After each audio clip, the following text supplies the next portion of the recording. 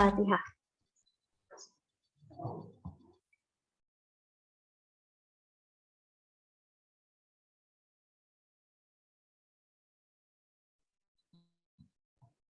Terima kasih. Acara yang kedua yaitu sambutan-sambutan. Sambutan yang pertama dari Bapak Dr. Agus Riknanto, MPD, selaku Wakil Dekan 3 Fakultas Tarbiyah IAIN Kudus. Sambutan yang kedua, Bapak Hilman Rofi Azmi, MPD, selaku Kaprodi Bimbingan dan Konseling Pendidikan Islam Fakultas Tarbiyah IAIN Kudus. Kepada Bapak Dr. Agus Riknanto, MPD, kami persilahkan. Assalamualaikum warahmatullahi wabarakatuh. Bismillahirrahmanirrahim. Alhamdulillahirabbil alamin wa bihi nasta'inu umur. Assalatu wassalamu ala asyrafil anbiya'i wal mursalin. Sayyidina wa maulana Muhammadin ala alihi wa sahbihi ajmain.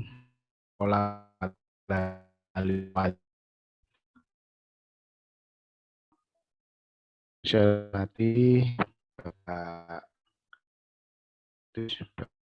Haji Maki, yang saya hormati Bapak Dekan Fakultas Tarbiyah, Bapak Haji Dr.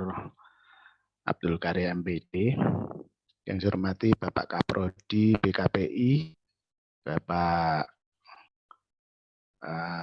Azmi Rofi'i, yang saya hormati Bapak yang mengisi acara ini, yaitu Bapak Kukustyo Aji, ya, itu Aji yang akan mengisi ngaji kanseling Islam, ya.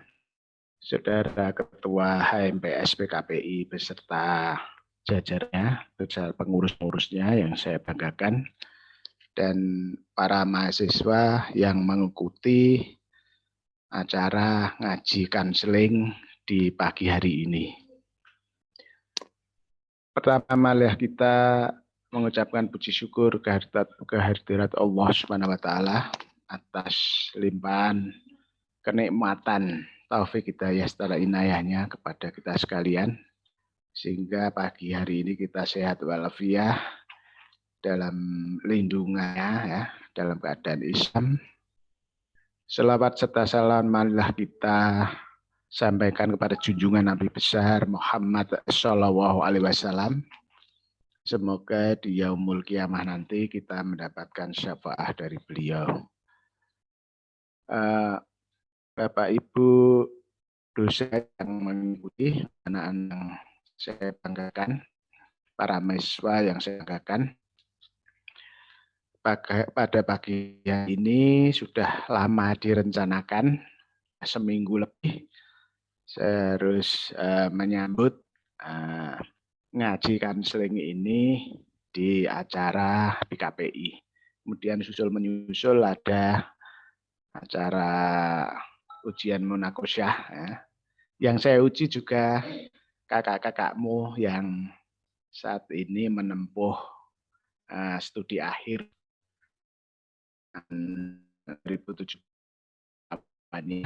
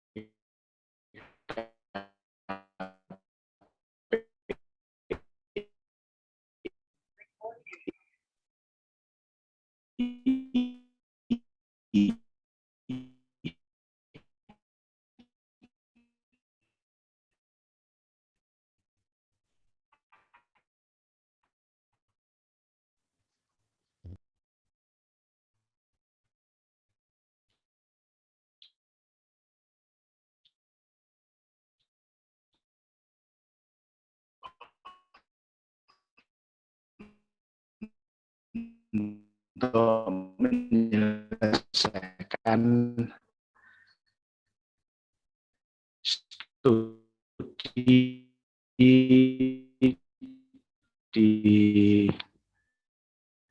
bimbingan konseling pendidikan Islam Yayasan Kudus.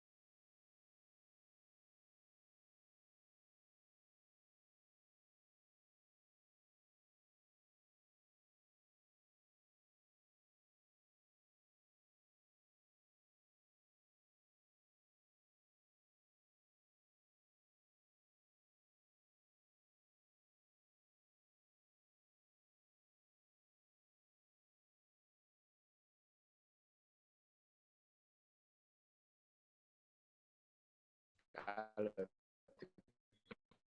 sudah LPS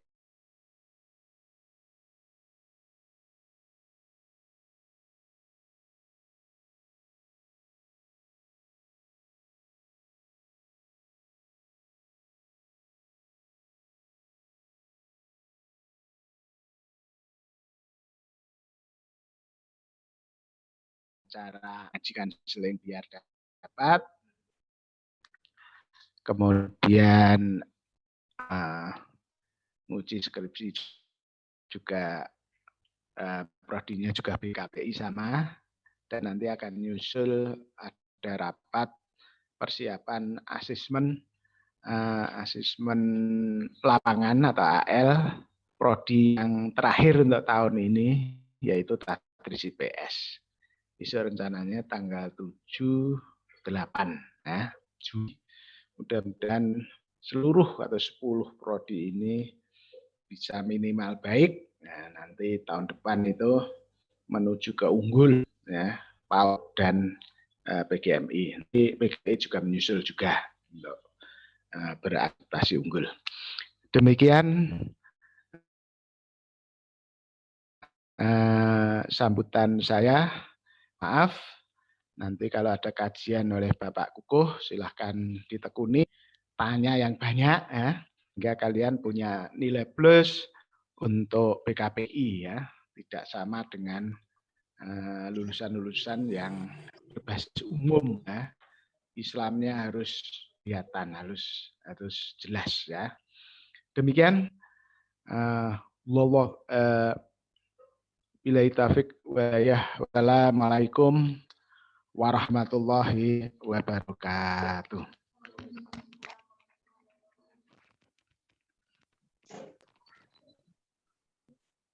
Terima kasih kepada Bapak Dr. Agus Retnanto MPD.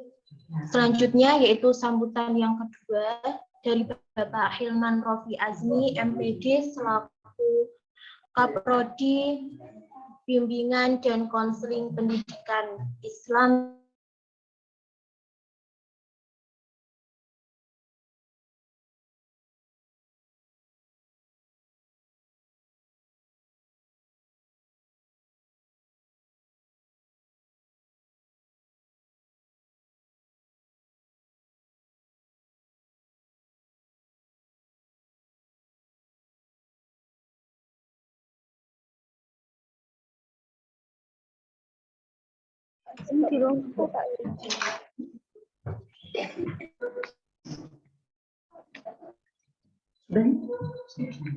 Assalamualaikum warahmatullahi wabarakatuh. Wassalamualaikum warahmatullahi wabarakatuh.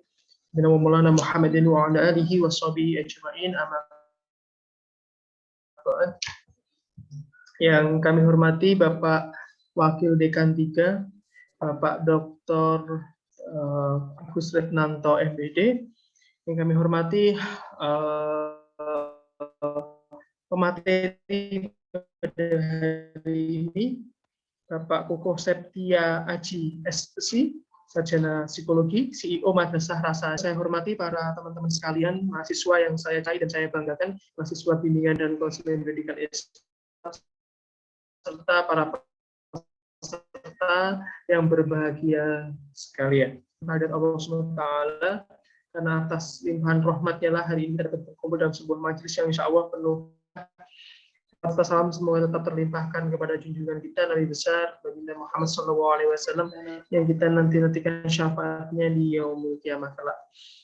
Bapak Ibu sekalian, peserta ngaji konseling dengan tema logoterapi berbasis Islam hari ini, saya mengucapkan terima kasih kepada pemateri yang telah menyempatkan waktunya untuk berbagi ilmu, share dengan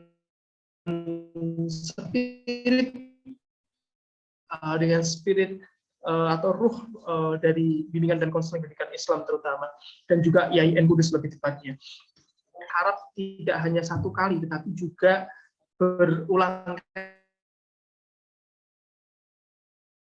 kali.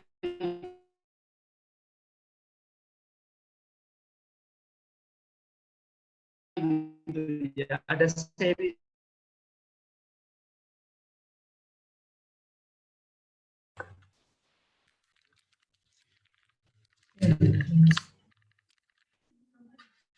Oke, maaf ya ada konektivitas sebenarnya ke gangguan gitu.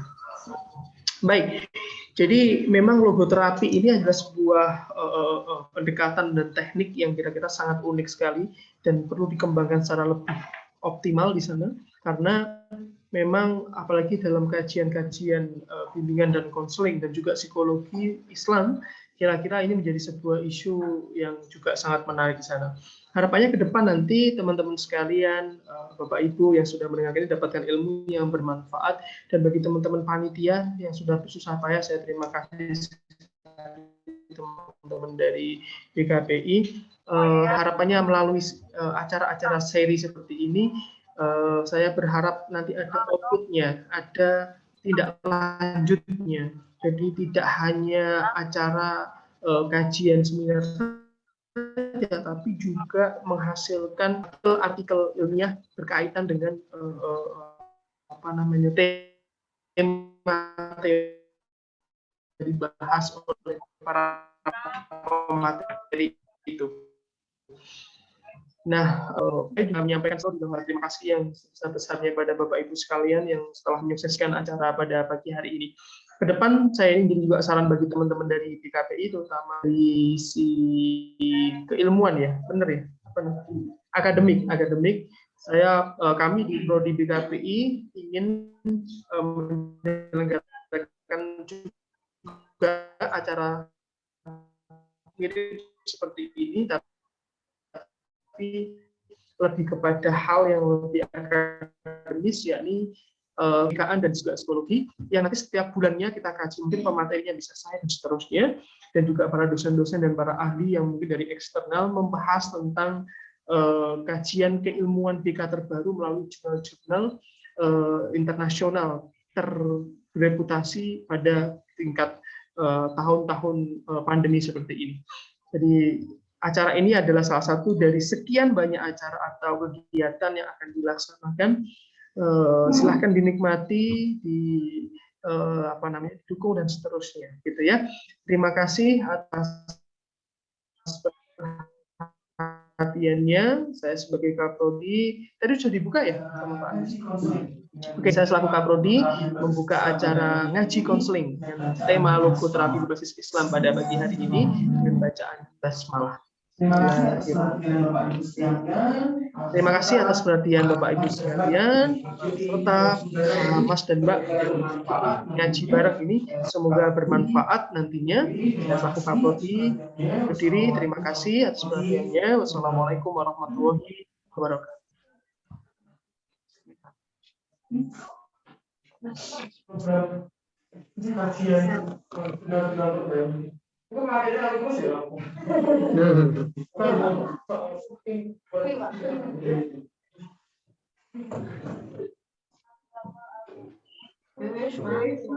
Kepada Bapak Hilman Rofi Azmi, kami ucapkan terima kasih.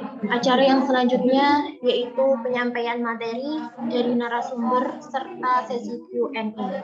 Pada kesempatan kali ini, kami serahkan kepada moderator, kepada Saudara Ahmad Surur Nafian. Waktu dan tempat kami persilahkan.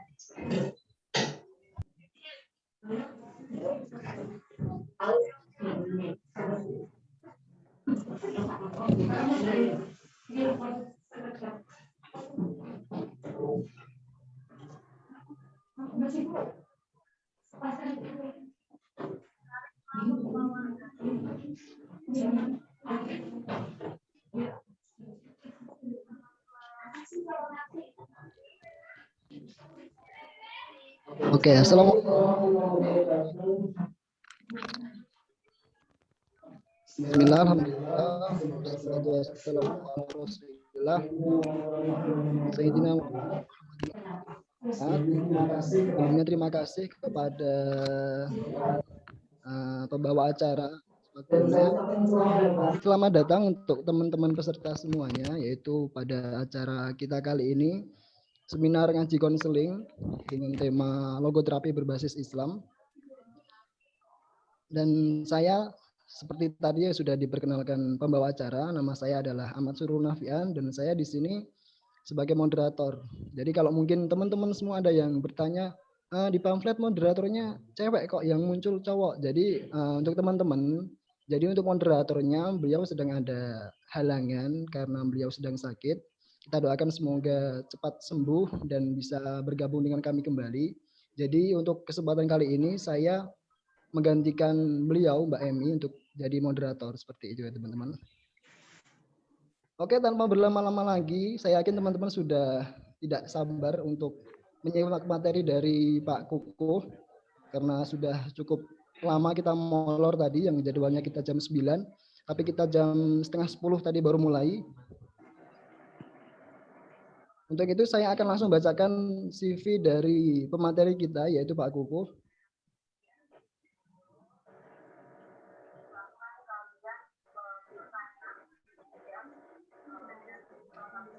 Baik, untuk nama lengkap Kukuh Setio Aji, tempat tanggal lahir Demak 21 September tahun 1997,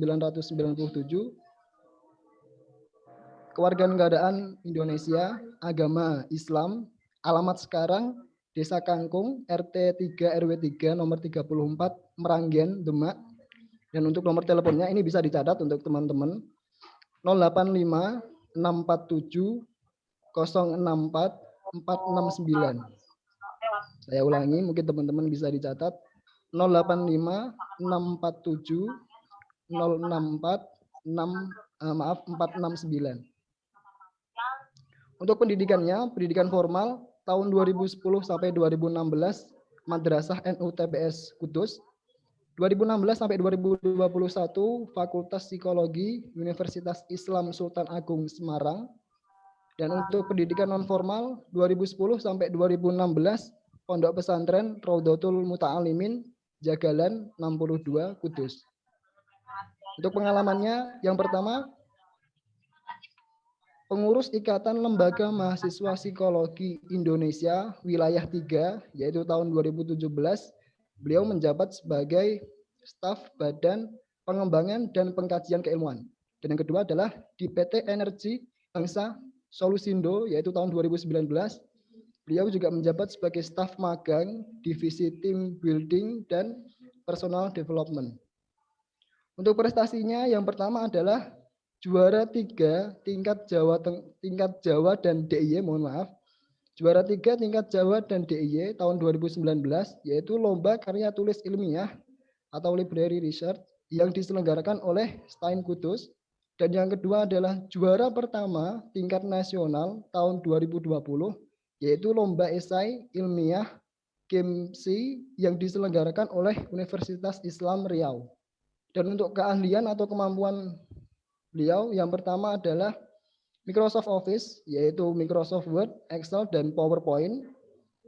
Kemudian kemampuan berbahasa Indonesia dan bahasa Inggris. Dan yang terakhir adalah kemampuan internet atau mengoperasikan komputer. Itu teman-teman CV dari pemateri kita, yaitu Pak Kukuh Setio Aji SPSI. Untuk itu kita langsung saja simak materi dari beliau, karena mungkin teman-teman sudah lama menunggu, sudah tidak sabar.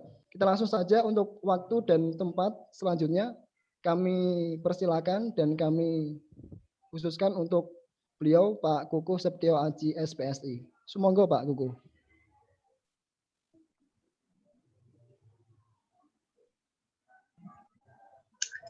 Oke, Assalamualaikum warahmatullahi wabarakatuh. Ini kira-kira suara saya kedengeran nggak ya? Kedengeran, Pak. Jelas ya, Mas? Oke, Mas jelas. Surur, benar? Jelas, Pak. Oke. Alhamdulillahirrahmanirrahim. Sholatu wassalamu ala Sayyidina Muhammad wa ala ali Sayyidina Muhammad. Amma ba'd.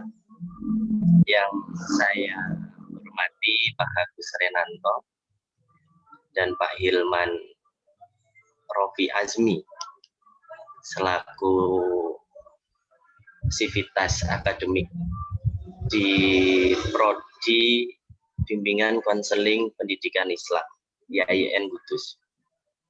Dan tentu saja yang saya banggakan dan saya hormati pula teman-teman BKPI yang hadir pada sesi kali ini. Semoga teman-teman dilimpahkan kesehatan dan kebahagiaan. Yang ingin saya koreksi pertama kali, saya masih muda, 97 ya. Jadi jangan dipanggil Pak, saya agak sungkan. Jadi manggilnya Mas saja. Kalau nanti ketemu misalkan di Kudus, karena saya kan notabene-nya alumni Kudus. Jadi saya sering ke Kudus dan nanti kalau ketemu di warung kopi atau di mana, manggilnya Mas aja, jangan Pak. Itu yang pertama. Selanjutnya saya pengen tanya, ini yang nyari temanya siapa sebenarnya kok? Berat banget perasaan. Logoterapi berbasis Islam ini sebenarnya saya agak kebingungan buat mencari celahnya, arahnya, konsep dan metodenya itu bagaimana. Dan memang ya kita pelan-pelan ya belajarnya. Siang ini logoterapi berbasis Islam seperti yang dikatakan oleh Pak Hilman, bahwa logoterapi itu memang semacam metode yang unik. Karena kenapa dibilang unik? Karena ada irisannya antara filosofi-filosofi Barat dengan filosofi Timur. Yang ini kalau dirunut secara kronologi sebenarnya persilangan filosofi Barat Timur ini berawal dari William James, salah satu tokohnya psikologi. Akhirnya ketemulah di psikologi aliran humanistik, karena di psikologi banyak alirannya. Pada dasarnya gini kok teman-teman. Kalau mengenai soal konseling, itu tentu teman-teman sekalian yang lebih ahli. Karena lebih berbasis teknik dan praktikal ya, skills, kemampuan. Sedangkan kalau ketika psikologi yang membahas mengenai teknik konseling ini, sebenarnya ya malah justru kebanyakan ngomongin ya sistem, metode, kronologi, sejarah, ya yang pokoknya kayak gitu. Jadi nanti kita sedikit-sedikit aja, nanti kalau memang ada yang keliru nanti saya minta tolong dikoreksi ya. Kita mulai dari daftar isi, dari sejarahnya dulu. Perkembangan logoterapi kontemporer tuh gimana sih sebenarnya? Dia itu berasalnya dari mana? Terus dikembangkannya bagaimana, dengan cara bagaimana, ruang lingkupnya termasuk. Karena logoterapi itu dia berangkatnya sebenarnya dari psikoterapi. Pertama kali diperkenalkan itu sebagai psikoterapi. Kemudian semakin kesini semakin dapat dikembangkan menjadi metode konseling. Karena nanti akan ada bedanya. Tujuan konseling dengan tujuan psikoterapi itu ada bedanya. Selanjutnya operasionalisasi, kita akan melihat cara kerja metode logoterapi ini. Kemudian kajian perspektif, yang pada intinya kita akan membabak logoterapi ini berdasarkan kerangka atau paradigma keislaman. Oke, kita mulai dulu dari sedikitnya mengenai beban emosional. Orang konseling itu berfungsi untuk mengatasi orang-orang yang memang sedang ada beban emosional, termasuk psikologi, termasuk apalagi namanya psikiatri juga. Ketegangan atau tekanan yang kita sebut stres selanjutnya ya, bagi manusia merupakan pengalaman berharga. Kenapa pengalaman berharga? Karena tanpa stres manusia tidak akan berkembang. Ya, kalau kita nggak punya tekanan, kita nggak punya ketegangan di dalam hidup kita stagnan dan monoton, sehingga kita nggak akan berkembang. Karena stres pada dasarnya ada dua, eustress sama distress. Eustress itu stres yang berkonotasi positif, kalau distress yang berkonotasi negatif. Misalkan begini, mungkin ada teman-teman yang suka matematika dan lagi ketika suatu saat bingung ngerjain soal matematika dan nggak nemu jawabannya. Ketika nggak nemu ini kan sebenarnya stres, ada ketegangan. Ini kenapa sih ngerjain matematika kok malah nggak ketemu jawabannya? Tapi kita kita makin penasaran buat menyelesaikan persoalan matematika itu.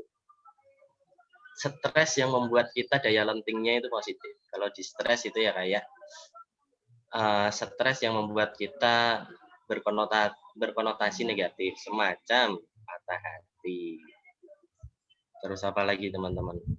Ya sejenis itulah. Karena ketika bila stres ini salah kelola justru akan menjadi beban emosional. Kita setiap hari itu mengalami stres, ketegangan-ketegangan itu, dan ketika itu nggak disadari dan salah kelola, itu akan jadi beban emosional. Dan dia akan menumpuk menjadi tong yang isinya itu beban emosional dan suatu saat akan meledak ketika tersulut salah satu emosi yang lain. Stres itu seperti kita saat menggenggam pasir. Jika terlalu kuat dan terlalu lemah, maka pasir akan jatuh dari celah jari-jari. Karena ketika kita punya ketegangan dan kita terlalu memperhatikan masalahnya atau problem center, gitu ya, lebih ke problem center, itu nanti kita akhirnya nggak keluar dari kubang masalah itu. Jadi kita perlu mengambil jarak. Dan kalau terlalu lemah atau diabaikan ya istilahnya, kalau diabaikan akhirnya nanti juga akan jadi bom waktu di suatu waktu yang akan meledak ketika ketemu emosi yang lain, ketemu situasi dan kondisi yang lain. Jadi pada intinya stres ini kalau terkumpul, terakumulasi, itu akan jadi beban emosional. Ketika kita marah, yang disebabkan oleh hal-hal kecil itu sebenarnya stres kita yang terakumulasi yang tidak dikelola dengan baik. Jadi bisa dilihat nanti ketika ketemu sama orang yang sukanya marah-marah, itu pasti stresnya banyak dan terakumulasi secara besar dan salah kelola. Gitu ya. Mengelola stres. Ini sudah dibahas tadi ya. Semua makhluk merasakan stres, tapi hanya manusia yang mempunyai daya lenting luar biasa untuk mengelola dan menanganinya. Sudah tak terhitung ada berapa puluh cara mengenai pengelolaan stres, salah satunya logoterapi. Jadi memang apa cara menyelesaikan masalah dari filsafat, psikologi, termasuk penyelesaian masalah dari medis. Stres itu kan memang kadang ada yang berasalkan dari medis. Entah hormon yang berubah secara drastis. Kayak ketika perempuan sedang kedatangan tamu, itu kan hormonnya berubah sehingga dia lebih sensitif. Ini sensitivitas kita akan seorang perempuan akan mendapatkan stres karena ada perubahan hormon. Karena kita tentu akan ingat teman-teman bahwa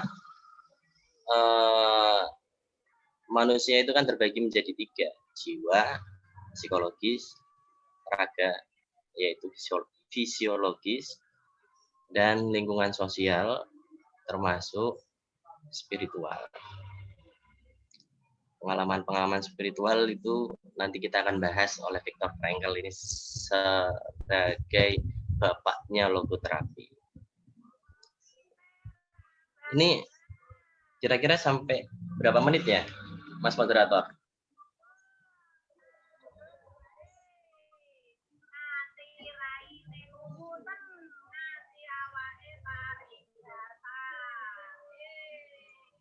Oke, saya lanjutkan dulu. Ada 2 jenis teknik logoterapi. Logoterapi sebagai psikoterapi dan logoterapi sebagai konseling. Awal mulanya, secara sejarah, logoterapi itu diperkenalkan oleh profesi dokter jiwa. Karena Viktor Emil Frankl ini psikiatri dia. Psikiatri itu titelnya SPKJ, dokter jiwa. Sebagai salah satu metode psikoterapi untuk mengurangi gangguan psikiatri medis maupun non-medis. Penelitian Hubbard menunjukkan ada perbedaan hingga 75%. Nah, ketika logoterapi ini dijadikan metode sebagai psikoterapi, ada perbedaan sampai 75%. Selanjutnya logoterapi sebagai konseling. Karena para pakar konseling mulai melirik logoterapi sebagai metode yang potensial untuk digunakan sebagai salah satu sarana problem solving. Sebab kerangkanya yang fleksibel, karena kerangkanya memang berorientasi pada manusianya sendiri, sehingga itu fleksibel. Untuk dikembangkan secara tanya jawab, itu akan menjadi lebih dalam dengan cara komunikasi dialogis tadi. Ya, jadi logoterapi itu akhirnya melalui dua percabangan psikoterapi dan percabangan konseling. Karena ketika saya pernah suatu saat ditanya sama seorang dosen, psikoterapi yang kamu tahu itu ada berapa? Saya menyebutkan sesuai yang saya tahu, karena saya bisa menghitungnya dari aliran psikologi yang psikoanalisis, yang humanistik, yang behavioris, yang individualis, kan gitu. Saya menyebutkan melalui aliran-aliran. Ternyata saya keliru, dan saya cukup terperangah bahwa ada sekitar 1000 lebih metode psikoterapi. Karena pengembangannya atau cara perkembangannya itu yang melalui eksperimen-eksperimen jurnal. Dari jurnal-jurnal ilmiah yang dia berbasisnya penelitian eksperimen, dan itu akhirnya bisa jadi psikoterapi atau metode konseling. Sebelum memasuki pembahasan selebihnya ya, kita ketemu dengan quotes-nya Viktor Frankl. Manusia tidak sepenuhnya dikondisikan dan ditentukan oleh lingkungannya, namun dirinya sendiri yang lebih menentukan apa yang akan dilakukan terhadap berbagai kondisi. Kita sering dengar soal teori tabula rasa, mungkin teman-teman juga tahu. Teori yang mengatakan bahwa semua manusia lahir itu sebagai kertas putih dan lingkungan yang mewarnainya atau mencoret-coret. Tapi menurut Frankl, ketika menjadi manusia yang eksistensinya manusia itu ditentukan bukan dengan cara yang seperti itu, tapi dengan cara bagaimana seberapa besar kita punya kendali atas lingkungan. Kendali itu maksudnya bukan kita yang mengendalikan lingkungan ya, tapi mengendalikan diri kita untuk terpengaruh oleh lingkungan atau enggak. Itu yang pengen dibicarakan oleh Frankl di logoterapi itu.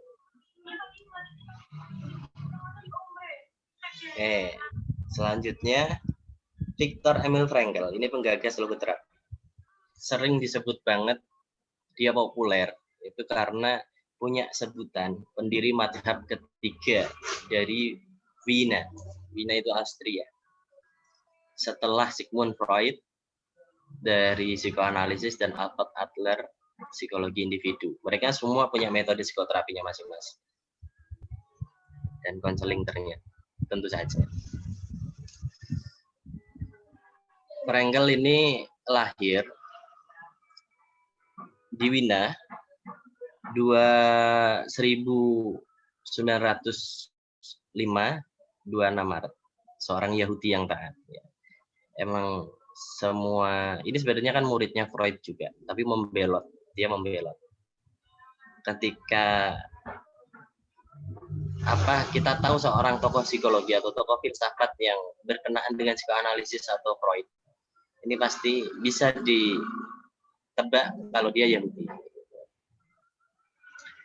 Frankl ini profesor bidang neurologi dan psikiatri di Vienna Medical School University dan guru besar luar biasa bidang logoterapi pada US International University. Kenapa guru besar luar biasa? Karena memang beliau setelah pulang dari kamp konsentrasi maut tadi, yang selanjutnya akan kita bahas, itu menulis buku, menulis jurnal, melakukan dakwah, bisa dikatakan gitu, melakukan ceramah ke kampus-kampus mengenai logoterapi ini, konsep yang ingin dia kenalkan. Frankl pada 1942 menjadi tawanan kamp konsentrasi maut di Jerman. Orang tua, adiknya, istri, anak-anaknya meninggal semua. Dia itu kayak di penjara, tapi emang untuk dimusnahkan. Akhirnya Frankel kan menyaksikan banyak penderitaan. Lantas menjadi semacam cendekiawan yang karismatik di camp tersebut untuk membesarkan hati para tawanannya. Jadi selama 3 tahun Frankel di camp konsentrasi maut, itu dia melihat banyak sekali penderitaan dan dia mulai bertanya, kenapa saya menerima kenyataan yang seperti ini? Kenapa saya harus melalui kenyataan yang seperti ini? Apakah saya bisa terbebas dari kondisi yang seperti ini? Akhirnya pertanyaan-pertanyaan itu menggumpal dan menjadi semacam ide logoterapi ini, dan menjadi di camp itu, di para tawanan itu, menjadi semacam populasi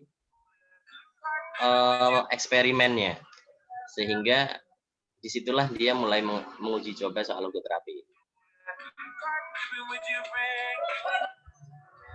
Terus 1945, yaitu berakhirnya Perang Dunia Kedua, semua tawanan yang tersisa yang belum mati itu dibebaskan. Frankel kembali ke Wina. Selanjutnya Frankel menyebarluaskan pandangannya tentang logoterapi melalui buku-buku, artikel, dan ceramah-ceramah. Disinilah Frankel mulai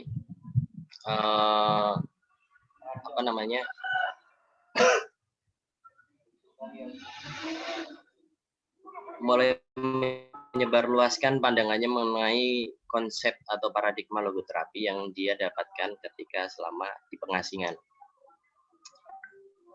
Jadi sejauh Frankel di pengasingan itu malah mikir gimana caranya manusia eksistensi meskipun di kondisi yang paling terpuruk sekalipun.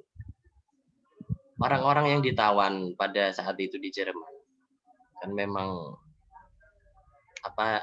ada sinisitas dengan orang-orang Yahudi pada waktu itu, sehingga dia berpikir di kondisi yang paling tidak diakui sekalipun, orang-orang yang ditakdirkan untuk mati bahkan, apakah bisa menemukan eksistensinya sebagai sesuatu yang utuh dan menemukan makna hidupnya. Itu tujuannya logoterapi. Logoterapi merupakan salah satu aliran psikologi atau psikiatri modern yang menjadikan makna hidup sebagai tema sentralnya. Temanya makna hidup dikelompokkan ke dalam aliran eksistensial atau psikologi humanistik. Jadi psikologi humanistik itu punya semacam cabang-cabang, furuk-furuk kayak gitu, termasuk psikologi eksistensial. Frankel yang pada awalnya merupakan pengikut Freud dan Adler membelot dari ajaran para seniornya tersebut. Karena emang secara ide, Frankel ini lebih bertolak belakang dengan ide-idenya Freud yang menyebutkan ya dorongan manusia hidup itu ya dari hasrat hewaninya. Kalau Frankel ini tidak menyasar ke tema itu, malah justru sebaliknya.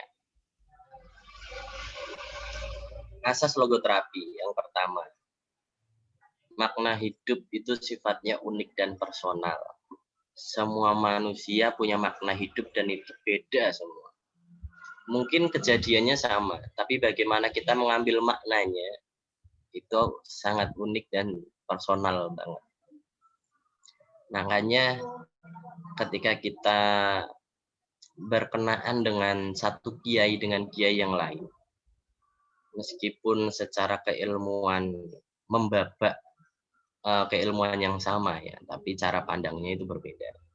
Termasuk ketika kita mengalami kejadian yang begitu buruk, misalkan ya lagi-lagi patah hati, karena itu yang memang masih sering dan akan terus kita alami ya.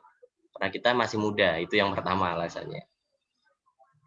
Semua orang mengalami patah hati dan kita akan memaknai patah hati itu berbeda-beda dan menjadi unik dan personalnya di situ. Selanjutnya yang kedua, makna hidup itu spesifik dan konkret, nyata. Kalau makna hidup itu memang sesuatu yang tidak bisa disamakan antara satu dengan yang lain. Kita bisa mengatakan bahwa jurang itu dalam atau batu itu besar. Itu kan kita berbeda-beda berdasarkan dari pengalaman-pengalaman kita di masa lalu juga. Dan itu nyata bahwa ketika ada orang yang mengatakan bahwa makna hidupmu itu apa sih? Itu sebenarnya ya dia ingin bertanya mengenai sesuatu yang konkret, yang nyata. Makna hidup itu bukan sesuatu yang abstrak. Kita bisa mengkonkretkannya makna hidup itu. Selanjutnya yang ketiga, makna hidup memberikan pedoman dan arah. Makna hidup itu seperti rambu-rambu kalau menurutnya Frankl. Di masa lalu kita punya pengalaman-pengalaman traumatis, mungkin pengalaman yang membahagiakan juga. Semua itu kan terakumulasi di ingatan kita. Sehingga kita bisa membabak satu demi satu kejadian itu sebagai sesuatu yang bermakna. Sehingga ketika kita mendapatkan kejadian yang serupa, kita tidak kagetan, enggak kagetan. Jadi enggak kagetan, enggak guguran. Itu akan menjadi pedoman dan arah. Selanjutnya asas yang keempat, makna hidup diakui sebagai sesuatu yang bersifat mutlak, sempurna, dan paripurna. Kenapa mutlak? Karena memang semua manusia, bahkan orang yang nggak diakui oleh dunia sekalipun, tentu teman-teman tahu mengenai orang ini ya. Maksudnya orang-orang yang yang punya ODGJ di jalan gitu. Mereka kan seperti nggak dianggap oleh dunia. Dan dia tetap masih punya makna hidup. Kita masih sering lihat orang ODGJ yang di jalan itu, yang masih ingat mengenai sholat, ya. Yang kemarin sholat di pasar itu, yang lagi viral. Yang artinya apa? Dia itu, seorang individu itu punya pengalaman, ingatan, dan menurutnya sholat itu sesuatu yang bermakna.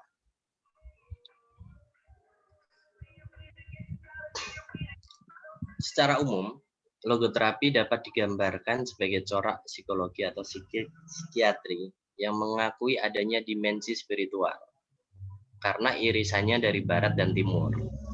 Ketika cuma dari barat, spiritual nggak guna. Tapi kalau dari timur, rasionalitas egoistik justru yang ditolak, nggak diterima. Kan gitu coraknya. Pada manusia, di samping dimensi ragawi dan kejiwaan, serta beranggapan, ini yang paling penting dari Frankl itu ini, justru. Serta beranggapan bahwa makna hidup, the meaning of life, dan hasrat untuk hidup bermakna, the will to meaning, merupakan motivasi utama manusia guna meraih taraf kehidupan bermakna, the meaningful life, yang didambakan. Oke, ada 3 ini ya, landasan filosofisnya. Landasan filosofis dari logoterapi, paradigma logoterapi. Makna hidup. Hidup itu tetap memiliki makna dari setiap situasi, bahkan dalam penderitaan dan kepedihan sekalipun. Jadi ketika kita menderita dan merasakan perasaan yang pedih, itu tetap saja punya makna. Karena eksistensi manusia itu dia di situ. Karena selain manusia tidak bisa memaknai kejadian. Yang punya kesadaran akan citra diri mengenai manusia. Pernah nggak teman-teman gini? Ketika lagi duduk, diem, terus kayak ada yang mengawasi. Atau gini, kita tahu bahwa kita itu sedang duduk, sedang main HP, atau sedang makan. Kita pernah menyadari itu. Ya, anggap saja iya. Karena saya, teman-teman, dan yang lain itu sering merasakan kesadaran yang seperti itu. Dan ternyata menurutnya Rolomai itu ya memang itu satu-satunya teknologi, kan? Dia bilangnya teknologi reflektif yang paling berguna bagi manusia. Karena selain manusia tidak memiliki itu. Tapi di samping itu akan menjadi sebuah alasan manusia untuk cemas. Karena kita tahu citra diri kita sebagai manusia. Akhirnya kita cemas eksistensi kita sebagai manusia itu apa? Ngapain? Gimana? Karena seekor kucing itu tidak akan tahu bahwa dirinya itu kucing. Menurutnya Rolomai gitu. Terus asas yang kedua, keinginan akan makna. Setiap manusia memiliki kebebasan yang hampir tak terbatas untuk menemukan sendiri makna hidupnya.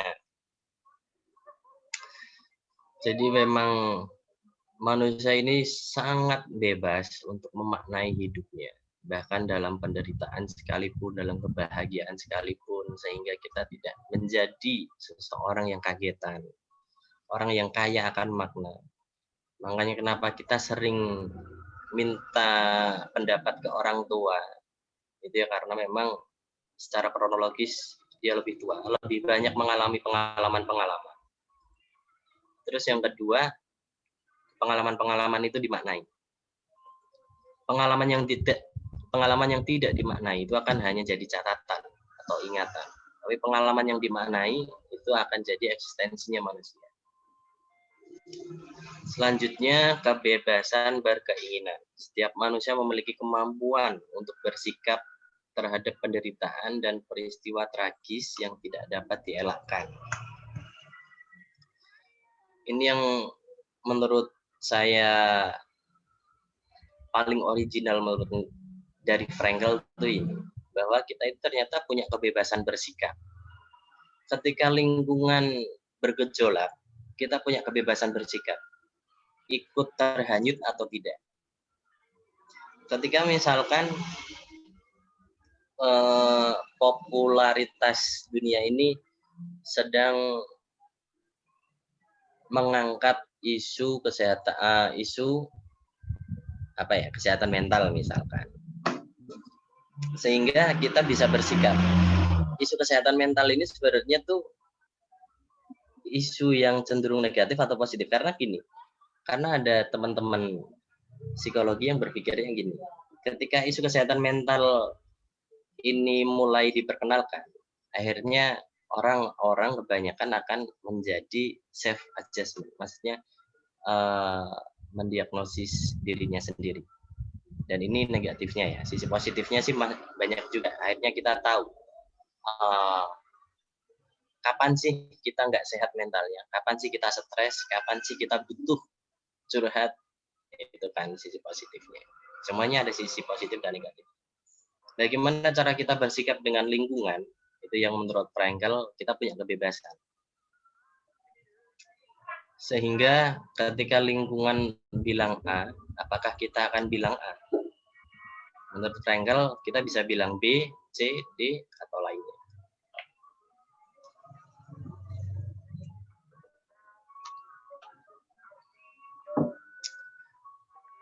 Jadi lagi-lagi yang ingin dikatakan oleh Frankl ini, manusia itu bukan dilukis oleh lingkungan, tapi ya memang dia punya kendali atas caranya bersikap terhadap lingkungannya sendiri. Frankl tidak pernah menerima bahwa ini salahnya lingkungan, enggak. Kita kan sering ya di akhir-akhir ini menyalahkan lingkungan yang toksik dan lain-lainnya. Temannya Frankl ini tuh ya kita punya sikap di lingkungan tersebut. Bahkan sikap untuk keluar dari lingkungan tersebut itu termasuk kebebasan kita bersikap. Oke, kita mulai ke operasionalisasinya.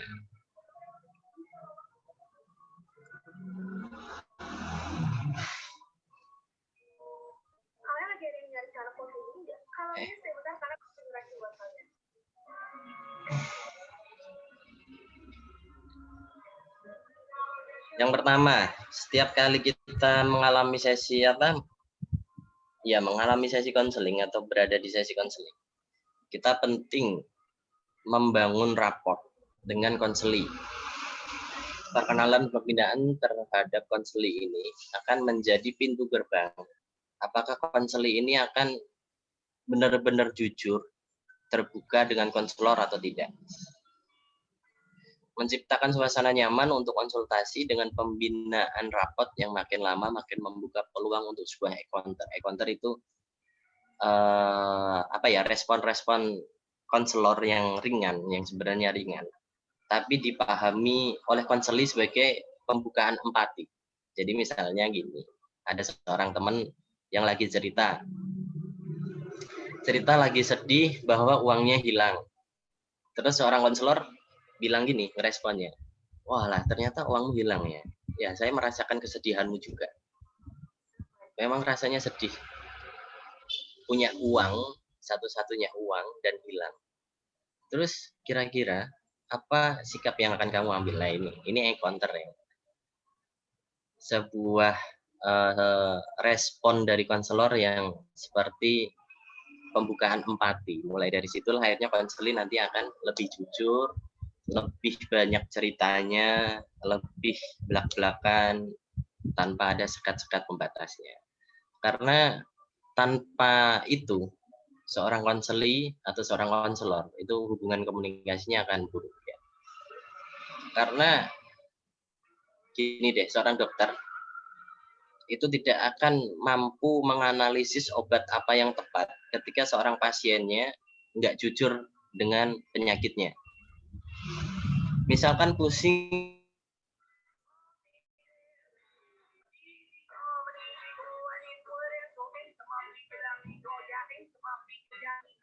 ini. Selanjutnya, pengungkapan dan penjajakan masalah. Ketika seorang konseli ini sudah nyaman dengan sesinya, sudah nyaman dengan dialog dan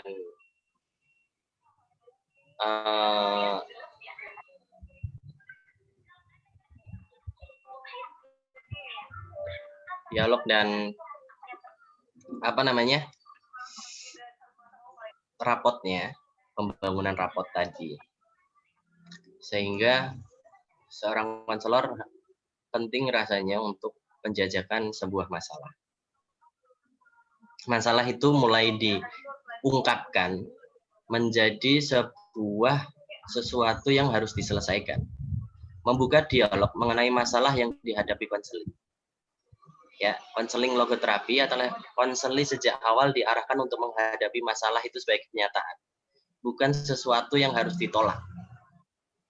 Semua masalah dengan menggunakan metode logoterapi ini, yaitu kenyataan yang harus diterima. Selanjutnya pembahasan bersama antara konselor dan konseli, membahas dan menyamakan persepsi atas masalah yang terjadi. Jangan sampai konselor salah paham dengan masalah yang terjadi. Masalahnya itu sebenarnya di mana? Di client centered atau problem centered. Kan gitu. Selanjutnya evaluasi. Disinilah mulai interpretasi makna. Ini secara sistematis dulu ya teman-teman. Ini operasionalisasi yang secara sistematis, yang secara filosofis setelah ini. Jadi ada perkenalan atau pembinaan rapot, pengungkapan masalah, biar si konsel itu mengungkapkan semua masalahnya dulu, baru kita bahas bersama. Kemudian evaluasi dan penyimpulan. Evaluasi ini berfungsi sebagai cek kontrol mengenai makna-makna hidup apa sih yang, atau makna pengalaman si konseli apa sih yang dia dapatkan dari dialog ini. Nah, ini operasionalisasi secara filosofis atau tekniknya. Di logoterapi pada dasarnya punya 3 teknik besar. Persuasif, membantu konseli untuk mengambil sikap yang lebih konstruktif dalam menghadapi kesulitan. Misalkan seorang konseli lagi terpuruk, Ya, ini kalau bahasa kita sih bombongi hati, membesarkan hatinya. Jadi ketika lagi terpuruk, kita bombongi hatinya. Bombongi hatinya itu bahasa Indonesianya apa sih sebenarnya? Atau mengambil sikap yang lebih konstruktif tadi. Misalkan gini, ada seorang perawat di rumah sakit, dan dia tidak bisa merawat pasien karena dia sendiri sakit. Misalkan gitu, dia sendiri sedang sakit. Terus dia merasa putus asa bahwa saya perawat kok malah sakit, nggak bisa merawat orang sakit, itu gimana? Nah, seorang konselor yang memakai teknik logoterapi ini akan mengatakan bahwa misalkan begini, yo, nggak apa-apa, perawat itu profesi yang mulia kok. Namanya juga manusia, masa sakit nggak boleh, nggak apa-apa. Nanti kalau udah sembuh, baru semangat lagi. Nah, mengambil sikap yang lebih konstruktif itu. Jadi ada sikap yang diambil yaitu semangat untuk sembuh, sehingga setelah sembuh baru semangat untuk merawat orang sakit lagi. Profesinya seperti itu. Terus yang kedua, paradoxical intention. Memanfaatkan kemampuan mengambil jarak dan kemampuan mengambil sikap terhadap kondisi diri sendiri dan lingkungan. Sederhananya, menerima gangguan sebagai bagian dari diri sendiri dan dari diri pribadi. Kenapa disebut paradok? Karena biasanya kita menghindari gangguan, kan gitu. Kalau Freud bilang kan tujuannya manusia itu ya satu, untuk mencari kesenangan, dua, menghindari kesusahan, dan ketiga, mengejar kesempurnaan yang ideal. Makanya di sini Frankl menyebutkan sebagai paradok. Kita seringnya menghindari gangguan, tapi di sini malah justru diminta untuk menerima gangguan tersebut. Tapi setelah menerima itu, kita disuruh mengambil jarak. Jadi misalkan gini, yang pertama dulu, untuk tahu bahwa air terjun itu bagus, alirannya dan pemandangannya itu bagus, kita perlu jarak sekitar 20 atau 30 meter dari situ, sehingga kita baru bisa menikmati itu air terjun yang bagus, gitu ya. Tapi ketika untuk menyelesaikan masalah, kita perlu benar-benar di bawah air terjun, sehingga kita tahu berapa sih debit air itu, kecepatannya gimana, terus rasanya kayak gimana, airnya dingin atau gimana, kan gitu.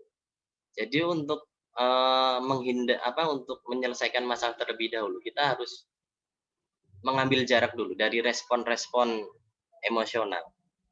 Misalkan gini, ayatnya ini yang lebih taktikal ya. Ada orang yang nyebelin, dan kita emosi kita lagi nggak stabil. Ketika kita nggak sadar, akhirnya kita ya marah sama orang yang nyebelin tadi. Tapi ketika kita sadar bahwa kita perlu mengambil jarak agar tidak merespon orang yang nyebelin tadi dengan cara marah-marah, akhirnya kita ya sadar harus mengambil jarak dulu. Biar kita tahu orang itu tuh beneran nyebelin atau gara-gara emosiku yang tidak stabil. Nah, gitu. Paradoxical intention tuh dengan cara yang seperti itu. Konseli atau klien akan diminta untuk menghindari dari sumber masalah terlebih dahulu. Baru setelah benar-benar merasa stabil, baru kita selesaikan masalahnya. Selanjutnya, teknik dereflection.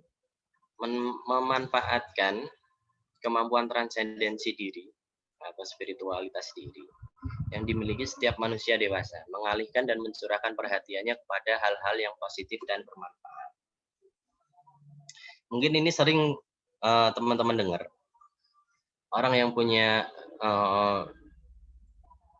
gangguan atau kecemasan, misalkan gangguan was-was dan kecemasan, lagi pergi keluar rumah dan tahu-tahu ada kepikiran, rumah tadi udah tak kunci belum ya? HP-ku ketinggalan enggak ya? Ya kan gitu. Itu sebenarnya gangguan tapi kecil. Tapi ketika kita merefleksikannya dengan teknik ini, di reflection. Itu ya dengan cara mengalihkan perhatiannya ke hal yang positif. Jadi bukan mengabaikan, tapi berhenti dulu. Berhenti dulu, nggak mikirin itu dulu. Baru mikirin ke hal-hal yang lebih positif. Selanjutnya kita mulai membabak ke bagian keislaman ya. Frankl ini ternyata mengakui peran agama. Mengakui peran agama. Tapi menurutnya bukan hubungan yang secara kausalitas atau yang hubungan yang langsung, bukan hubungan yang langsung. Skemanya seperti ini. Agama itu tujuannya untuk kekukuhan iman.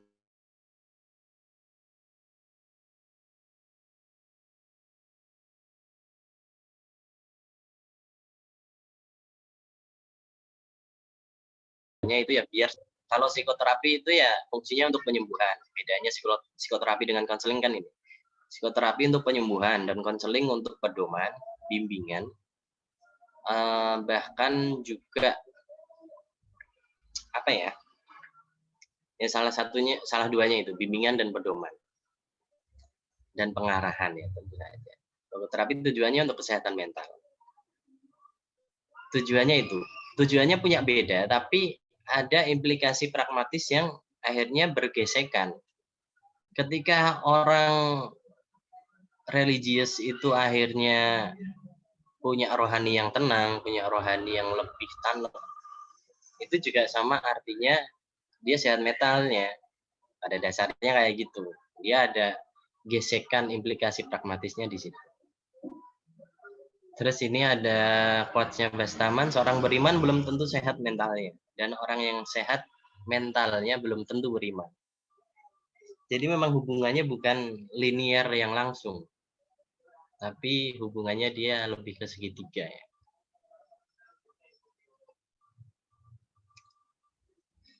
Logoterapi tidak sama dengan tasawuf. Kita harus sepakat ini bahwa tidak ada logoterapi Islam, tidak ada ya, karena dimensi keislaman tidak pernah membangun paradigma keilmuan yang disebut logoterapi Islam, tidak ada. Logoterapi itu ya logoterapi Islam secara paradigma untuk membabak makna hidup itu juga ada lagi, ada sendiri, nggak sama persis, cuma tujuannya juga beda. Landasan filosofisnya juga beda, latar belakangnya juga beda. Cuma dia akhirnya ada implikasi pragmatisnya lagi-lagi. Jadi ada gesekannya. Logoterapi sebagai konseling itu untuk bimbingan, pedoman, dan pengembangan seorang individu ya. Ketika menjadi sebuah metode psikoterapi, dia akan menjadi penyembuhan. Nah, akhirnya saya kemarin agak kebingungan di sini. Kira-kira apa ya yang lebih tepat untuk disandingkan dengan logoterapi.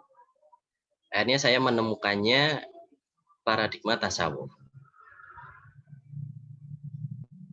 Mendekatkan tujuannya tasawuf itu kan mendekatkan diri kepada Allah melalui laku tarekat dan riyadhah. Dan tujuannya yang lain untuk kesejahteraan rohani dan keimanan. Tapi untuk mencapai tujuan itu akhirnya kan kita perlu belajar disiplin, belajar nggak mikirin yang aneh-aneh, akhirnya juga secara otomatis punya efek ke kesehatan mental. Saya ambil contoh rasionalisasi tasawuf prasangka baik. Kita tentu tahu berprasangka baik di saat situasi sulit itu susah banget, ya kan? Ketika segala usaha sudah diupayakan dan tetap saja nihil hasil yang memuaskan. Yang sewajarnya ketika di situasi sulit ya kita ngeluh, ya kita sambat, ya apa gitu kan ya, putus asa mungkin. Tapi kita diminta kalau di tasawuf ini untuk berprasangka baik bahwa situasi ini tuh sebenarnya nggak benar-benar sulit, nggak benar-benar buruk. Akhirnya kita ditarik oleh rasionalitas reflektif ini. Label positif negatif pada kondisi atau peristiwa dan pengalaman merupakan keterbatasan manusia dalam melihat kenyataan. Apa benar ketika uang hilang itu sesuatu yang negatif, sesuatu yang menyedihkan? Itu kan menurut kita. Tapi kalau ternyata uang itu ketika nggak hilang malah dibuat beli togel atau miras, itu kan malah jadi sesuatu yang agak paradok kan akhirnya. Ketika uang itu nggak hilang malah jadi sesuatu yang buruk. Tapi kalau hilang malah jadi sesuatu yang baik. Karena ada rencana buat beli togel atau miras tadi. Nah, akhirnya saya menghadirkan dari surat Al-Baqarah ini ayat 216. Yang artinya tetapi boleh jadi kamu tidak menyenangi sesuatu padahal itu baik bagimu, dan boleh jadi kamu menyukai sesuatu padahal itu tidak baik bagimu. Allah mengetahui sedang kamu tidak mengetahui. Kita punya batas-batas itu. Kita punya batas-batas aksioma dari agama di situ. Selanjutnya, rasionalisasi tasawuf hakikat sholat. Pernah enggak teman-teman ngerasa males sholat sebab suatu hal, atau mungkin tidak memprioritaskan sholat karena saking sibuknya? Pasti pernah ya mengalami itu ya. Karena pada dasarnya saya juga pernah.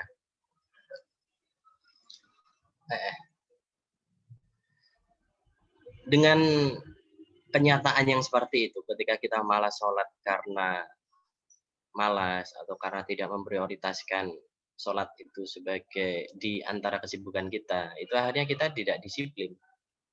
Kita tidak mempunyai time management, tidak konsekuen, stagnansi, ceroboh. Itu di bagian psikologisnya dan tidak sehat tentu saja dari fisiologisnya. Kita sebagai seorang muslim, itu seorang muslim dan kita punya konsekuen, yaitu rukun Islam. Yang syahadat, sholat, puasa, itu konsekuen dengan itu. Ketika kita muslim tapi tidak sholat, akhirnya kita dipertanyakan, dia itu bisa mengambil resiko atau enggak sih, bisa konsekuen atau enggak sih. Akhirnya ketika di dunia kerja, akhirnya dia juga cenderung ceroboh, tidak disiplin oleh waktu, tidak punya time management ketika sibuk. Karena ketika kita sibuk dan kita punya konsekuensi untuk sholat, dan kita tidak akhirnya tidak sholat, itu kan akhirnya kita tidak mempunyai time management yang bagus. Implikasinya apa? Nanti ketika kita bersosial masyarakat, kehilangan kemampuan itu secara emosional. Akhirnya kita jadi cenderung orang yang ceroboh, tidak konsekuen, tidak bertanggung jawab, tidak disiplin. Akhirnya gitu ketahuan semua, apalagi di dunia kerja ya. Dan secara fisiologis tidak sehat. Mungkin teman-teman sudah tahu banyak mengenai buku-buku yang membabak manfaat fisik terhadap sholat. Manfaatnya banyak banget. Selanjutnya,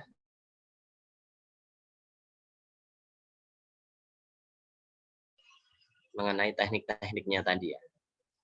Persuasif tentu saja, kita akan lebih mengambil ide konsep prasangka baik. Karena untuk membangun sikap yang konstruktif tadi, kita harus punya prasangka baik terhadap aksioma ketuhanan kita. Aksioma itu pernyataan yang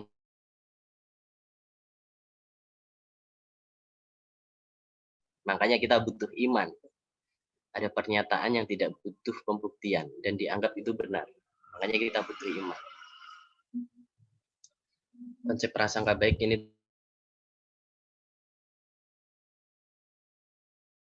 kayak gini, ya memang yang terbaik itu yang kayak gini. Akhirnya dari situ kita bisa menerima gangguan, bisa menerima masalah, dan akhirnya punya daya lenting dari masalah tersebut. Kemudian paradoxical intention. Saya lebih suka untuk menyimilaritaskan ini dengan tawakal. Karena kita tentu ya konsep tawakal itu perlu didahului ikhtiar. Kita punya usaha dulu. Ketika kita berserah diri, itu akhirnya kan kita menganggap bahwa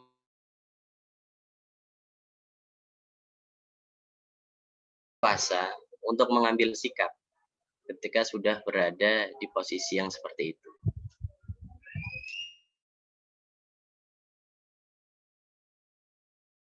Sebagai riyadhah. Jadi jangan keliru kalau riyadhah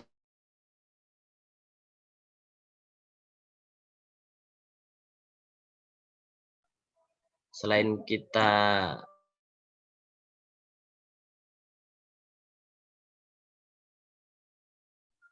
tarik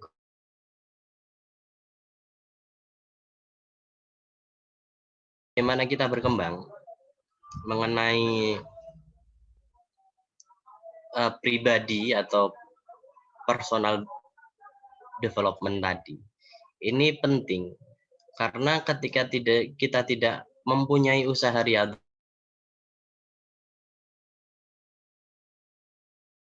stagnansi, dan itu tidak sesuai dengan kodratnya manusia yang harus berkembang. Reflection seperti itu, mencurahkan perhatiannya lebih ke yang positif. Misalkan gini,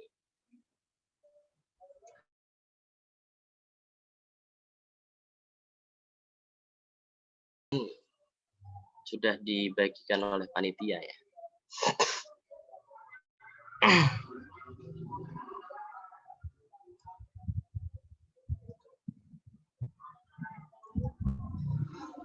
Tulisan saya ini yang sedikit, mungkin bisa dibaca nanti.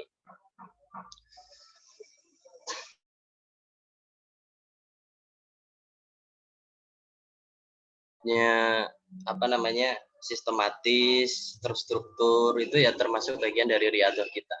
Riyadhah sebagai seorang pelajar. Sehingga ketika kita sering merespon sesuatu tidak sesuai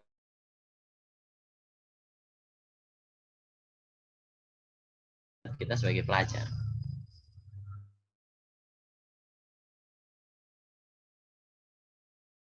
Itu terakhir dari saya, slide terakhir dari saya.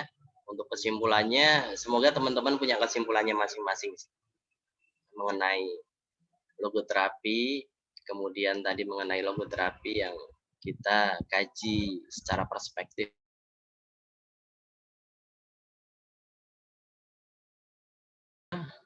Quote-nya dari Viktor Frankl, kehidupan tidak akan memberikan jawaban atas pertanyaan kita tentang arti hidup.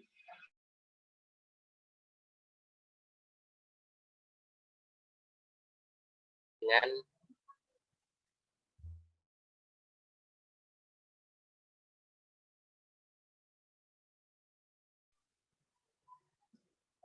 mungkin itu dulu teman-teman yang bisa saya sampaikan kepada Mas Moderator. Saya kembalikan.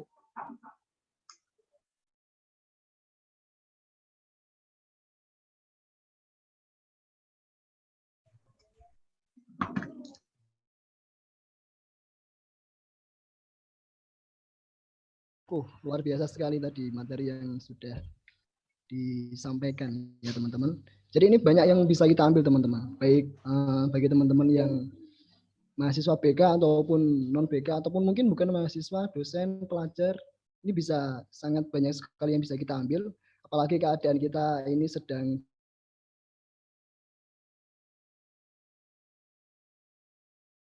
melanda, kembali meluap, kemudian masih banyak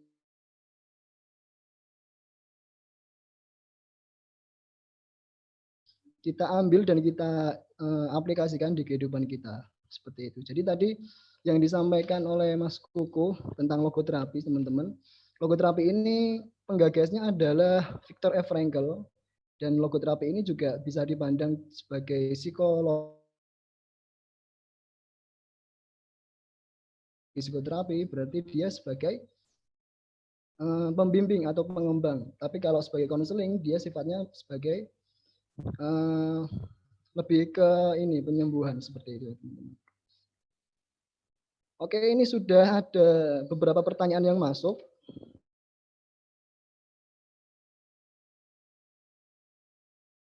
Dan ini dari Mbak Hikmatul Uli Hom.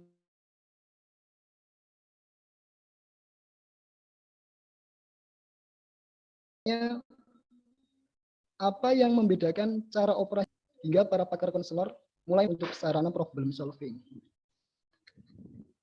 Seperti itu, Mas. Jadi tadi ada perbedaan antara psikoterapi dengan konseling berbasis logoterapi. Jadi bedanya ini seperti apa? Seperti itu, Mas. Sehingga logoterapi ini bisa dipandang sebagai teknik problem solving yang cukup potensial. Seperti itu, Mas. Monggo, Mas Gugu. Oke. Terima kasih, Mas Moderator. Terima kasih juga Mbak Hikmatul Uli Homsa untuk pertanyaannya. Apa sih yang membedakan metode logoterapi ini dengan metode lain? Kenapa bisa disebut potensial? Karena Viktor Frankl ini, dia berangkatnya, kita nggak bisa menjauhkan kenyataan bahwa Viktor Frankl itu mengalami kenyataan yang sangat pedih ya. Itu perlu kita akui dulu. Dia seorang dokter, seorang psikiatri, seorang dosen, pengajar juga, tapi dia dijadikan tawanan di kamp konsentrasi maut Jerman. Sehingga orang-orang ketika melihat Frankl ini sebagai sesuatu yang bisa berhasil dari kubang kepedihan tadi. Nggak putus asa. Itu yang pertama. Sehingga mereka melihat Frankl itu sebagai sesuatu yang unik. Karena dia punya daya lenting psikologis yang begitu mengesankan. Selanjutnya yang kedua, karena dia lebih banyak membabak mengenai makna hidup.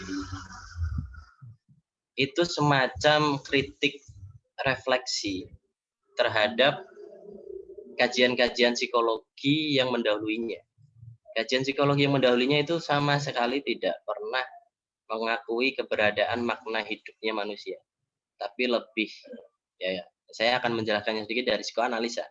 Psikoanalisa itu hanya menyebutkan manusia sebagai kumpulan hasrat.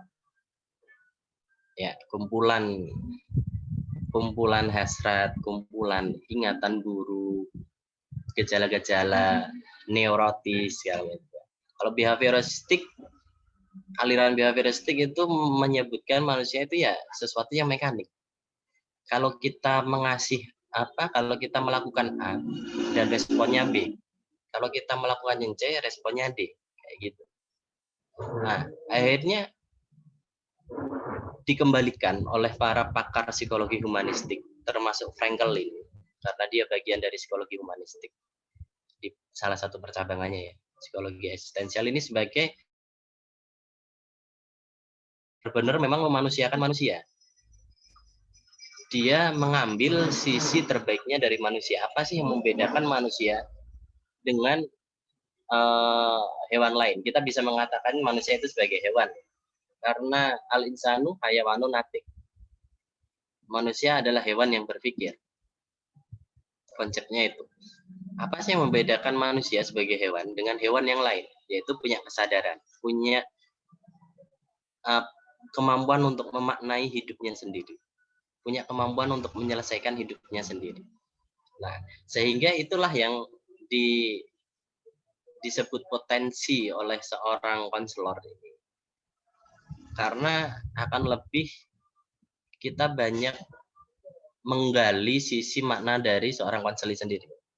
Konselor itu akan lebih banyak belajar dari konseli ketika seorang konseli ini bisa memaknai hidupnya sendiri. Kan gitu ya. Sehingga makna hidup ini akan berbeda-beda dan menjadi banyak sekali. Seorang konselor itu ya berfungsinya untuk membimbing seorang konseli ini untuk menemukan makna hidupnya. Misalkan ketika seorang konseli lagi kehilangan arah, nggak tahu tujuan hidupnya itu apa. Ya, mungkin seorang konselor akan lebih banyak mengedepankan apa sih minatmu? Apa sih yang kamu bisa? Apa sih yang kamu cari? apa sih yang jadi sesuatu yang berharga menurutmu, kan kayak gitu ya. Nah, itu dulu Mas moderator. Semoga bisa menjawab ya Mbak Komsa. Oke Mas, terima kasih Mas. Jadi begitu Mbak Komsa dan teman-teman yang lain yang membedakan logoterapi ini dengan mungkin teknik atau perspektif konseling yang lain. Jadi kalau tadi kan Viktor Frankl memandang bahwa logoterapi ini berfokus pada kebermanaan hidup manusia. Jadi bagaimana kita sebagai manusia nih, kita memaknai kebermanaan hidup kita.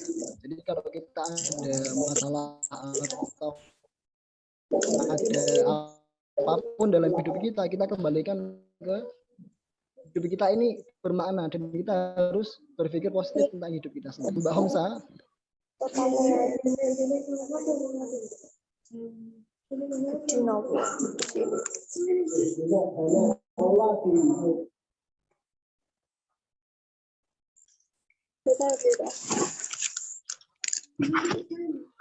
Oke, ini ada pertanyaan lagi yang masuk, Mas. Dari Mbak Farunida.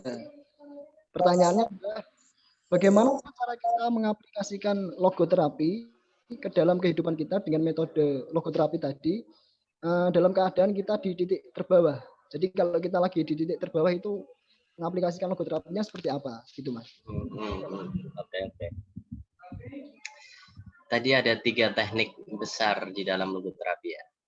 Persuasif, paradoxical intention, sama dereflection.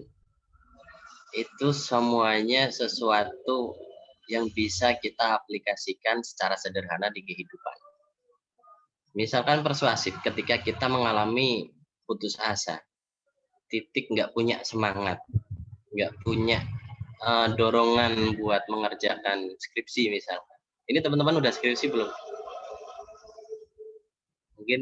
Mungkin itu salah satunya ya. Ketika kita nggak punya dorongan skripsi dan merasa putus asa, kita bisa menggunakan metode atau teknik persuasif ini dengan cara membangun sikap yang konstruktif terhadap masalah tadi.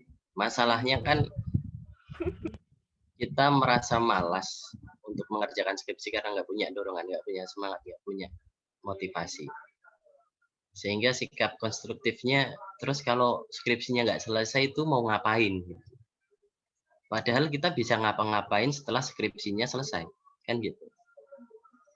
Akhirnya kita punya dorongan untuk mengerjakan skripsi. Kita temukanlah dorongan-dorongan itu di dalam diri kita sendiri. Kalau saya dulu waktu ngerjain skripsi, berpikir kalau nggak selesai, terus mau apa? Kalau nggak selesai, saya nggak bisa ngapa-ngapain juga. Akhirnya saya nggak bisa belajar lebih banyak lagi di luar. Dan lain-lain. Selanjutnya paradoxical intention itu sesuatu yang sederhana. Ketika misalkan yang sering saya alami itu saya sering terganggu dengan klakson mobil, klakson motor ketika jam 4 sore. Itu menurut saya sangat mengganggu sekali. Tapi saya akhirnya membedakan. Ini terganggu karena memang klakson itu nyebelin atau karena saya lagi capek habis pulang ngajar atau gimana. Akhirnya saya menepikan dulu, memberi jarak dengan sumber masalah tadi, klakson tadi, ya kan. Akhirnya saya berpikir ke dalam diri, ini sebenarnya yang keliru ini klaksonnya yang terlalu banyak klakson atau gara-gara saya capek. Oh ternyata gara-gara saya capek. Akhirnya saya merasa sesuatu yang membisingkan itu sesuatu yang destruktif sekali, yang sangat mengganggu. Akhirnya dari mengambil jarak dulu dari masalah baru kita selesai dengan masalahnya tersebut. Kemudian yang dereflection, mencurahkan perhatian ke yang lebih positif daripada ke sumber masalah. Ini juga bisa kita aplikasikan ke kehidupan kita yang sekarang. Misalkan kita punya gangguan, ya tadi saya lagi-lagi ingin menyontohkannya ketika gangguan was-was dan gangguan kecemasan. Tadi sebenarnya HP-ku ketinggalan nggak ya?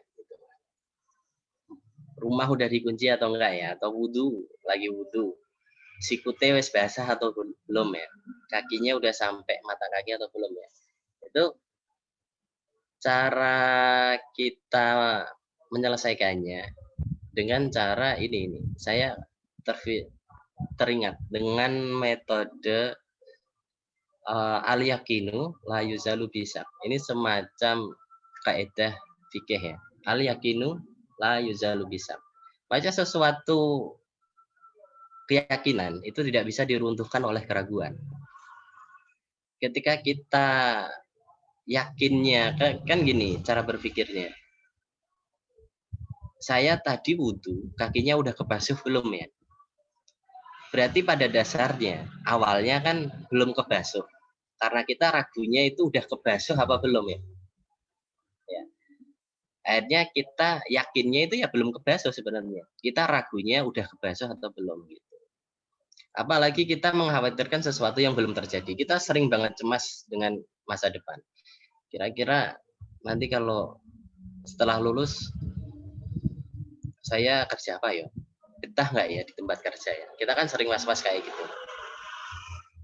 Itu sesuatu yang belum terjadi. Sesuatu yang kita ragukan. Tapi sesuatu yang sudah terjadi, yang kita yakini benar, karena kita mengalaminya. Itulah sesuatu yang patut untuk dijalani. Nah, begitu ya, Mbak Farisa Khairunida, semoga bisa menjawab dari sedikit pertanyaan, dari sedikit jawaban saya tadi. Gitu Mas Nafian. Saya kembalikan. Oke, terima kasih Mas Kuku. Jadi seperti itu Mbak Farisa.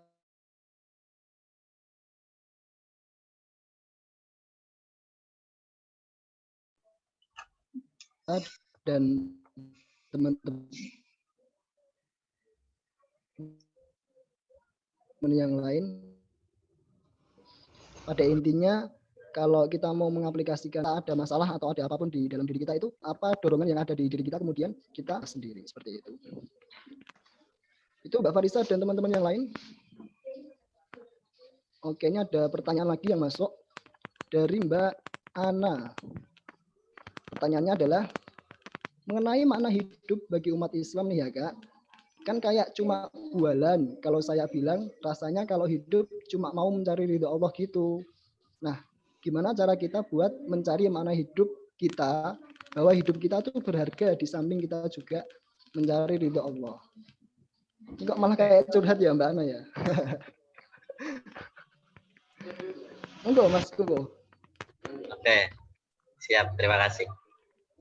Mbak Ana, bentar saya tak baca dulu.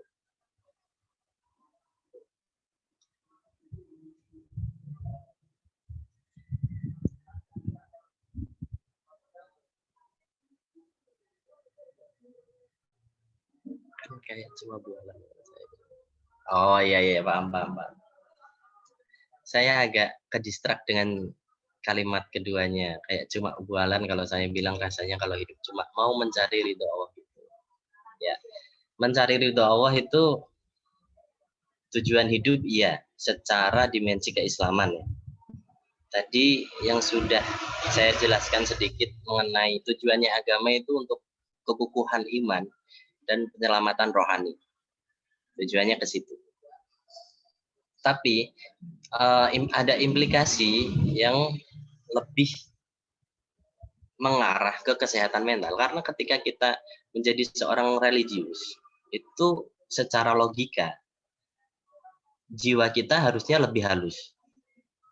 Tapi ketika kita ditabrakkan dengan kenyataan, loh nyatanya ada orang yang sholat 5 waktu tapi marah-marah terus. Ya berarti itu secara hakikatnya, secara sholatnya itu tidak diresapi, tidak dimaknai sebagai sesuatu kepatuhan agama. Itu ya cuma rutinitas yang dia lakukan aja gitu, tidak diresapi. Lagi-lagi saya akan bilang bahwa tujuan agama itu untuk kepatuhan iman, kekukuhan iman, dan penyelamatan rohani. Jadi ketika kita beragama, kita perlu berorientasi ke situ, bahwa untuk iman, untuk keselamatan rohani tadi. Sehingga bahkan yang disebut Frankel spiritual ini sebenarnya bukan sesuatu yang dekat dengan agama. Frankel ini menyebutnya sebagai nous, maksudnya artinya nilai yang berharga bagi seseorang. Spiritual menurutnya Frankel itu sesuatu yang bernilai berharga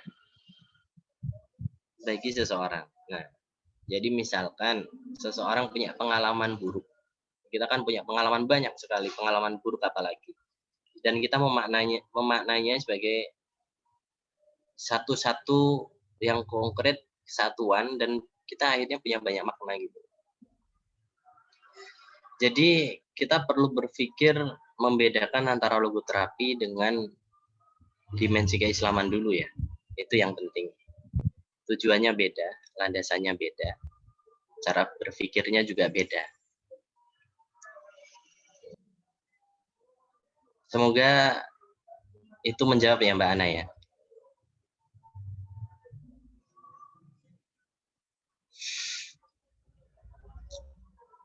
Saya kembalikan ke Mas Moderator.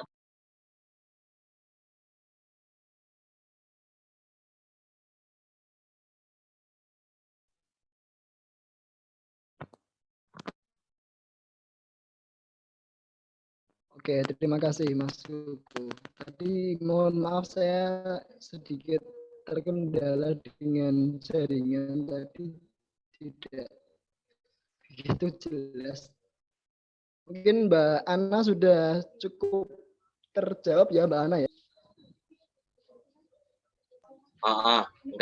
Nggak apa-apa, nggak usah disimpulkan, biar mereka sendiri yang menyimpulkan. Oke, siap. Kan temanya logoterapi gitu, menyimpulkan makna hidupnya masing-masing. Jadi bisa langsung kita praktekkan di sini gitu Mas ya.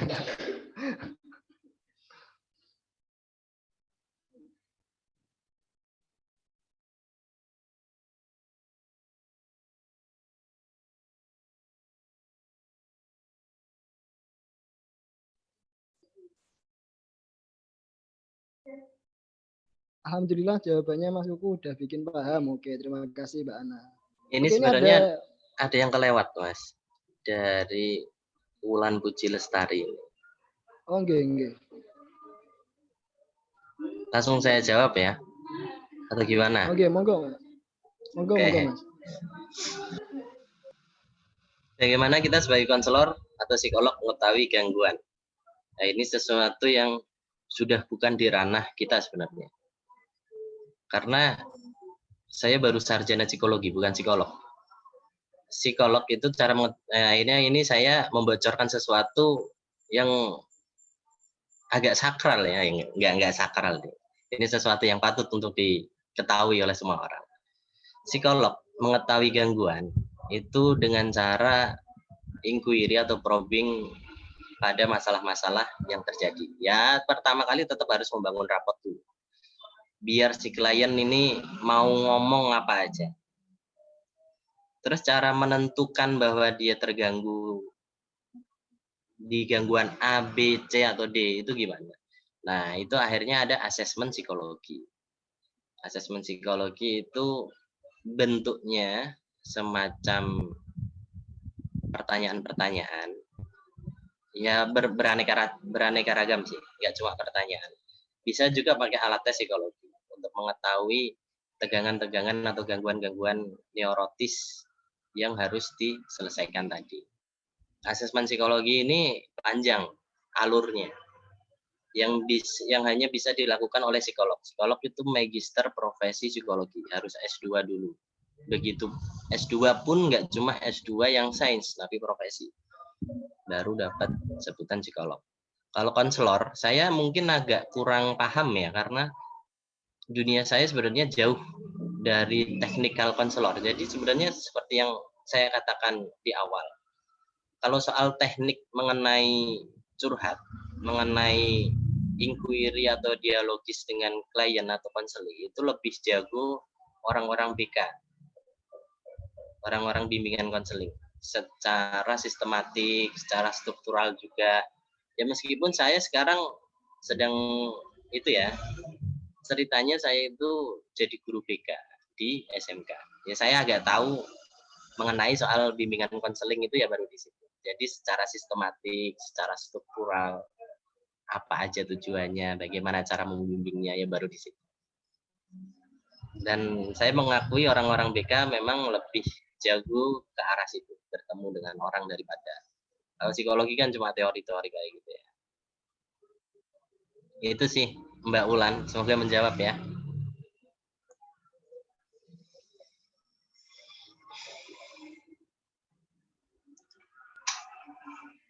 Terima kasih Mas Kuku.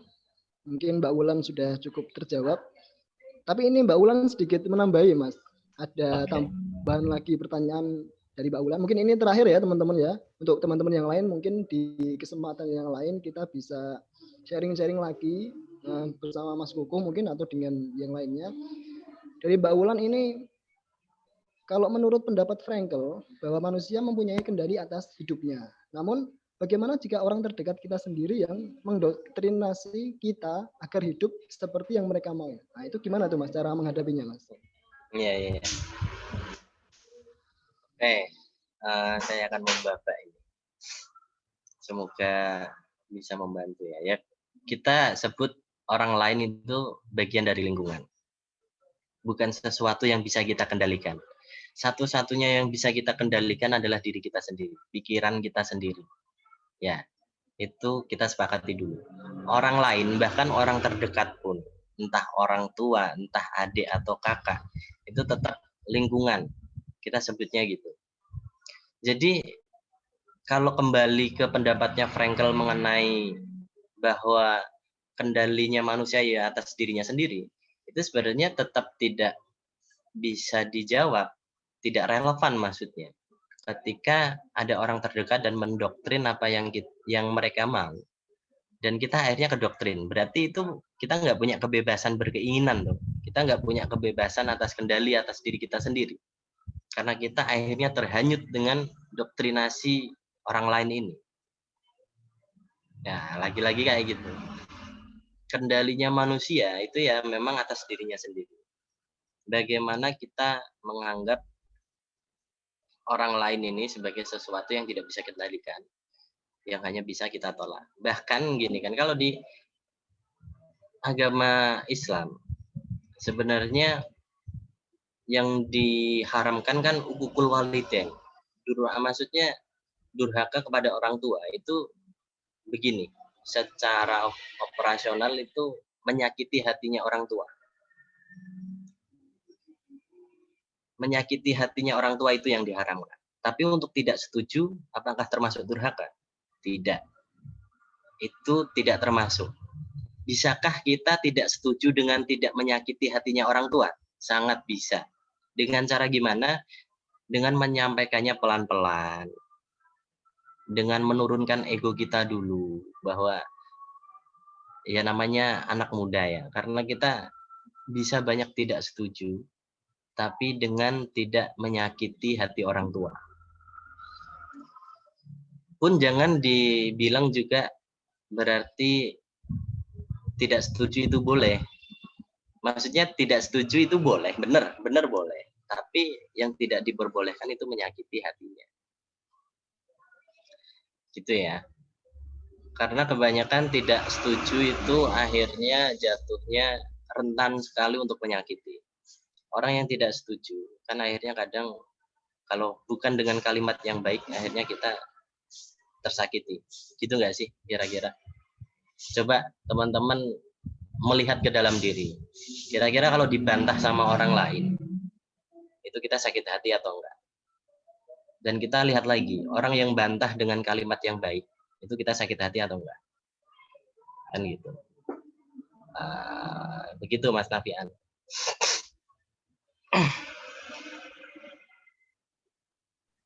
Oke, terima kasih Mas Kuku. Seperti itu Mbak Wulan dan teman-teman. Jadi pada intinya tergantung bagaimana cara kita menolak tapi dengan tidak menyakiti hati orang yang kita tolak. Seperti itu. Oke, ini sudah kita sudah sampai di penghujung acara. Tadi sudah ada beberapa pertanyaan yang tersampaikan dan alhamdulillah sudah terjawab. Dan kami selaku panitia dan saya pribadi juga menyampaikan banyak sekali terima kasih untuk teman-teman peserta yang telah meluangkan waktunya untuk ikut mencari ilmu di sini. Dan jangan lupa nanti mengisi presensi ya teman-teman ya untuk penyaluran sertifikat. Dan kami juga menyampaikan terima kasih yang setinggi-tingginya untuk Mas Kukuh Septio Aji SPSI sudah berkenan meluangkan waktunya untuk sharing bersama kami di sini dengan berbagi ilmu dan pengalamannya tentang logoterapi berbasis Islam.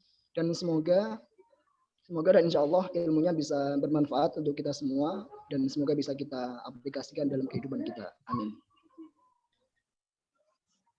Begitu teman-teman, dan saya mewakili panitia mohon maaf yang sebesar-besarnya apabila ada kekurangan atau ada salah-salah kata saya pribadi.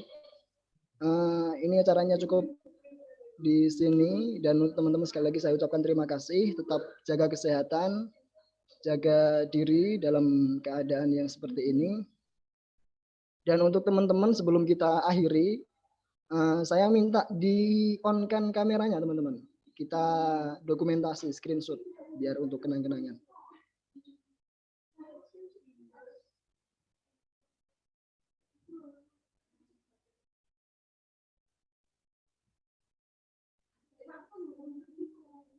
Ayo teman-teman yang belum di on cam, silakan di on cam kameranya.